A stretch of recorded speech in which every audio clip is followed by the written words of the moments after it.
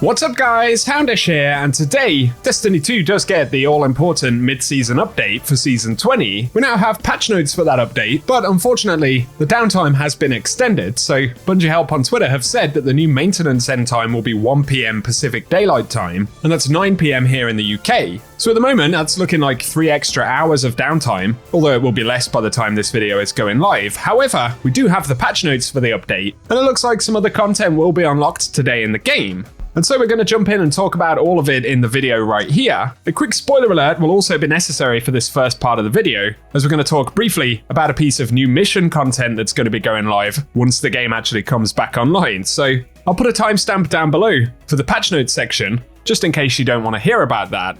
But as always, if you do enjoy the video today, a rating below really helps us out on the channel. And for now, let's get into it. So starting with the spoilery section, I suppose, we're not going to go into a massive amount of details, but today Bungie have added a new item to the Bungie Rewards store, and this is a replica of the Hawk ship.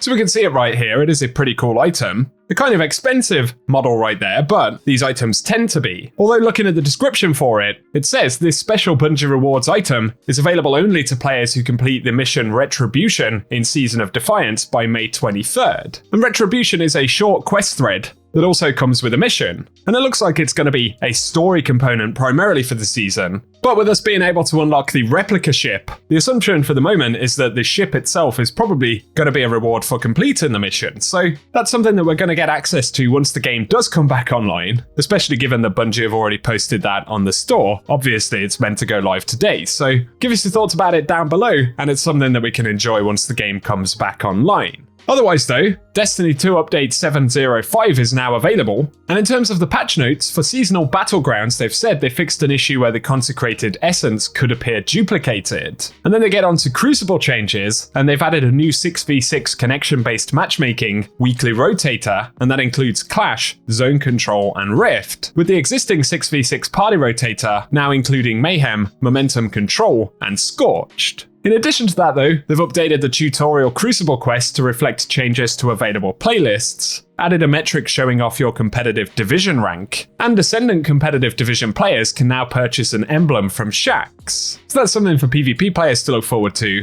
But additionally, they fixed an issue with Glorious and Dredgen, where players weren't being awarded them, and all players must reclaim and re-guild their titles if they've completed the triumphs. Then they've increased the strength of the respawn overshield in Crucible, and in Rift, activating Grapple no longer drops the spark, but also players can no longer dunk the spark while moving faster than 15 meters per second or while using a grapple ability. So a few PvP focused changes there, give us your thoughts below. Then we get on to Vanguard Ops, and Legend difficulty Defiant Battlegrounds now rotate their weapon overcharge weekly. But also, defeating Tormentors now provides revive tokens like Champions and Hive Guardians in some activities, and they fixed the Hive door locks in the Heist Battlegrounds to behave the same in all versions of the activity, with some additional tuning to difficulty in Heist Battlegrounds present in the Vanguard and Nightfall playlists. There's also a fix where a crash could rarely occur shortly after picking up the first solar cell in the Arms Dealer, and a problem where Arms Dealer enemies, which continually respawn to drop required solar cells, could be farmed limitlessly for points. Then for raids and dungeons, they fixed an issue where the duality dungeon Nightmare of Galron could not teleport back to the encounter space after falling off the map, so that fixes the cheese for that encounter. And there's another issue where checkpoints were being shared between Legend and Master Mode for raids and dungeons. Then in Root of Nightmares, they fixed a problem where the Cision encounter would sometimes softlock preventing progress. Another one where sometimes the intended screen VFX did not play when players failed the encounter. And finally, one where Nezarec would sometimes not cast a wipe when intended.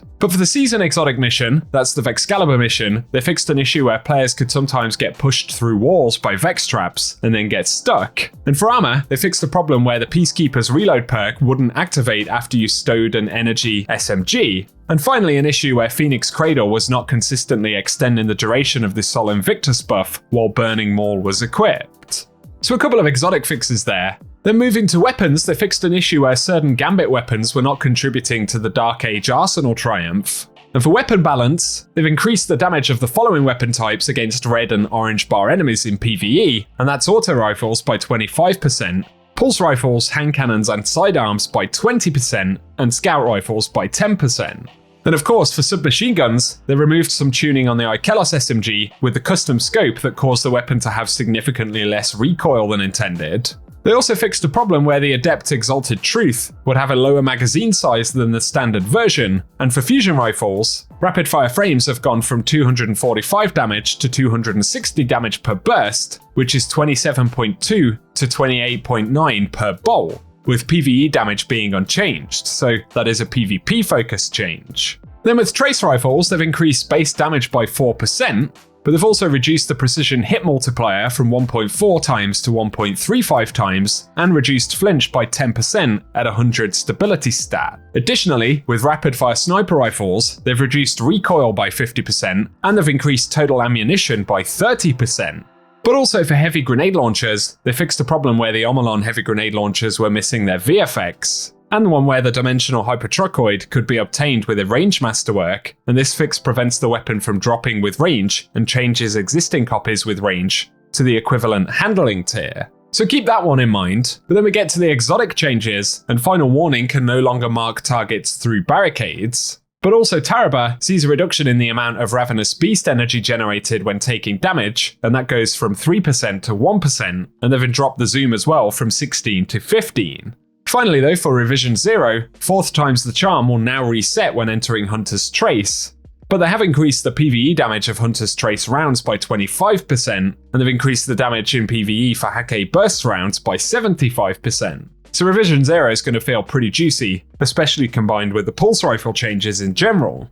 For perks, they fixed an issue in which the enhanced version of Wellspring generated too little energy when the player had any number of charged abilities. And for other changes, they've added the capability to upgrade Root of Nightmare's adept weapons with enhanced traits, and if you've unlocked Deep Sight on weapons, an enhancement socket will be available to perform the upgrade in the weapon detail screen. But also they fixed tooltips for the master dungeons to properly list Artifice armor as rewards. Then there are a couple of ability adjustments here. So for Rally Barricade, they say the area of effect now extends slightly further behind and above the Rally Barricade to make staying in the buff area more achievable, especially on uneven terrain.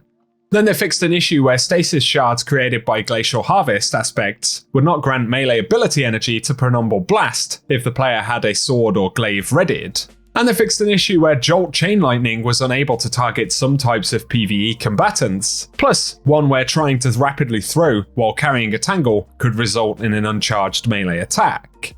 And then finally for Bounties and Pursuits, they fixed an issue where players couldn't interact with the evidence board after the exotic glaive pursuit is completed. So that does it for the full set of patch notes right there for the update today, guys. Give us your thoughts on the changes they've outlined right there down in the comment section. And otherwise, for today, that's what we have to speak about. So I'll keep you posted once we do get access to that new quest, and of course the rest of the game. So be sure to get subscribed to the channel. Also be sure to check out a new line of merchandise, and these come in the form of Houndish socks. So we've partnered up with Freaker USA, and there are some cool awesome day socks as well as our exotic boot themed Boss Stomper socks, and a cool Houndish bottle cover. So if you fancy showing support for the channel right here, then of course picking up any of these really does help us out. So feel free to check that out with the link below. And you can also use code HOTSAUCE at checkout to get a 25% discount on the 4-pack that you can pick up on the website. So again, any purchases of those really do support me on the channel. But otherwise, guys, as always, thank you very much for tuning in, and I hope you all have an awesome day.